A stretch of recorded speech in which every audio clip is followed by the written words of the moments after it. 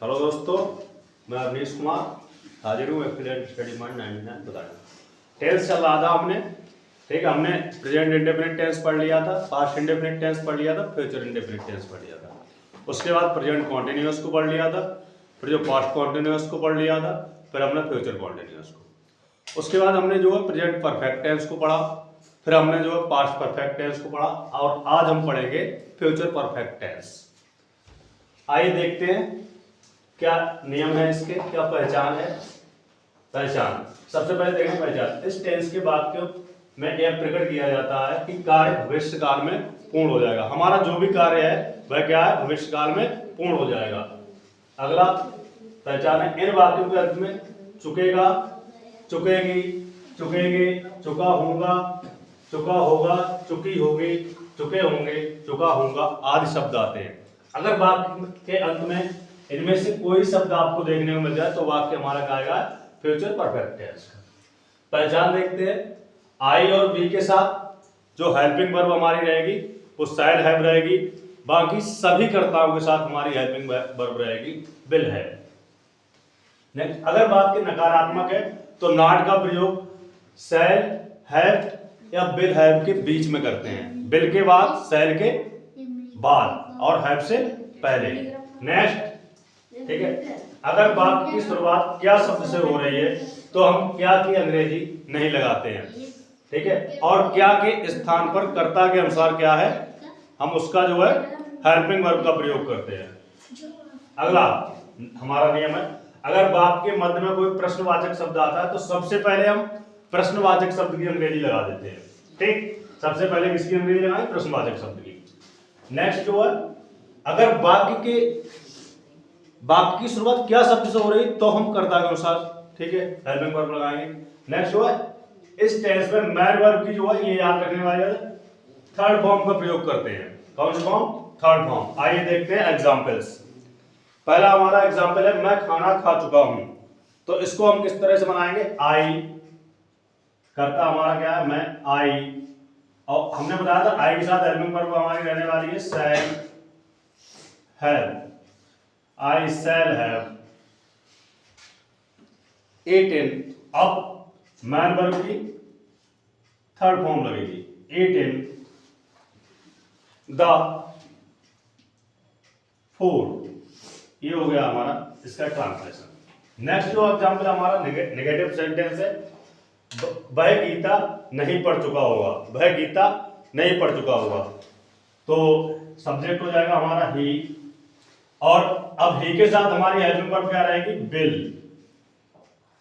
और जैसा कि नियम है, विल के तुरंत बाद हम लगाएंगे नॉट, और नॉट के जस्ट बाद लगाएंगे हैव, ठीक है। अब जो है मैन वर्ब हमारी इसमें क्या है, पढ़ना। तो पढ़ने की हम लगाएंगे रीड द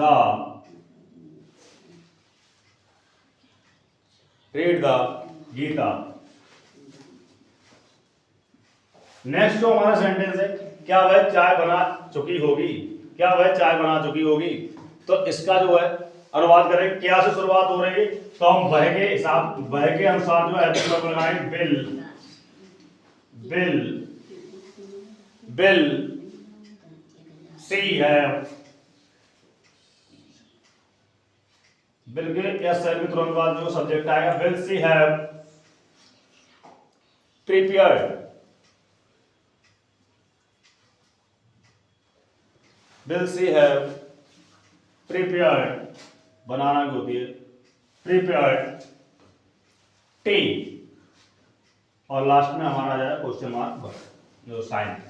नेक्स्ट जो है, तुम कहां जा चुके होगे, तुम कहां जा चुके होगे। तो इसमें प्रश्नवाचक शब्द हमारा क्या है, वाक्य के मध्य में आया है। सबसे पहले कहां के लगाएंगे, वेयर, वेयर। अब तुम के अनुसार यू है, यहां भी लगेगी will, will you, where will you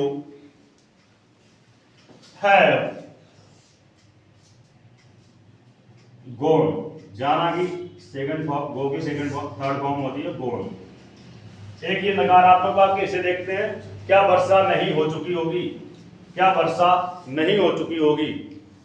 तो इसे हम देखते हैं कैसे बनाएंगे। सबसे पहले इसकी क्या से शुरुआत हो रही है, तो हम लगाएंगे helping verb. Bill, it, not, subject के बाद तुरंत नॉट आ जाएगा। Have, rent, question mark. आइए इसके रूल्स देख लेते हैं थोड़ा सा हम, ठीक है। क्या होता है हमारी समीकरण रहने वाली, सबसे पहले हम लगाएंगे क्या, subject plus helping verb plus man verb plus object, और उसके बाद जो है अदर वर्ड। सिंपल सेंटेंस तो हमारी मतलब समीकरण ये होगी। अगर बात की नकारात्मक है तो क्या होने वाली है हमारी समीकरण, subject plus helping verb, help इस तरह से लिख लेंगे इसको, बिल या सेल प्लस नॉट, उसके बाद हैव, मैन वर्ब की जो है थर्ड फॉर्म लगेगी यहाँ पे। कौन सी form, third form, main verb की थर्ड फॉर्म, ऑब्जेक्ट, उसके बाद अदर वर्ड। अगर वाक्य हमारा जो है प्रश्नवाचक है तो क्या हमारी समीकरण रहेगी, और बाकी की शुरुआत क्या से हो रही है, तो लगाएंगे हम कर्ता के अनुसार, बिल या सेल, उसके बाद सब्जेक्ट,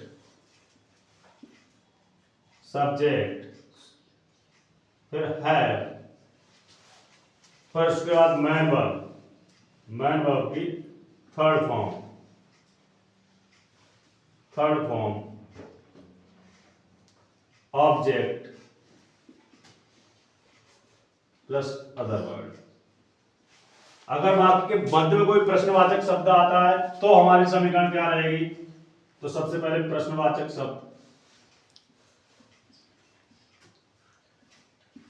शब्द, फिर उसके बाद बिल या सेल, फिर सब्जेक्ट, उसके बाद आएगा हैव, नेक्स्ट आएगा man verb, third form, main verb की थर्ड फॉर्म, उसके बाद ऑब्जेक्ट, उसके बाद अदर वर्ड। अगर वाक्य हमारा जो है प्रश्नवाचक है उसमें नॉट आ रहा है तो समीकरण क्या रहेगी, दोनों तरह से बन जाएगा ये, प्रश्नवाचक शब्द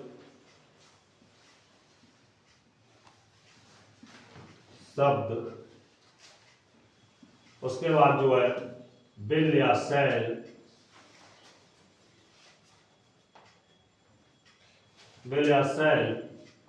subject plus not plus have, main verb की थर्ड फॉर्म,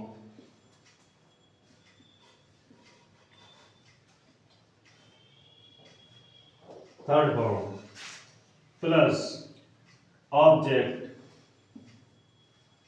उसके बाद अदर वर्ड।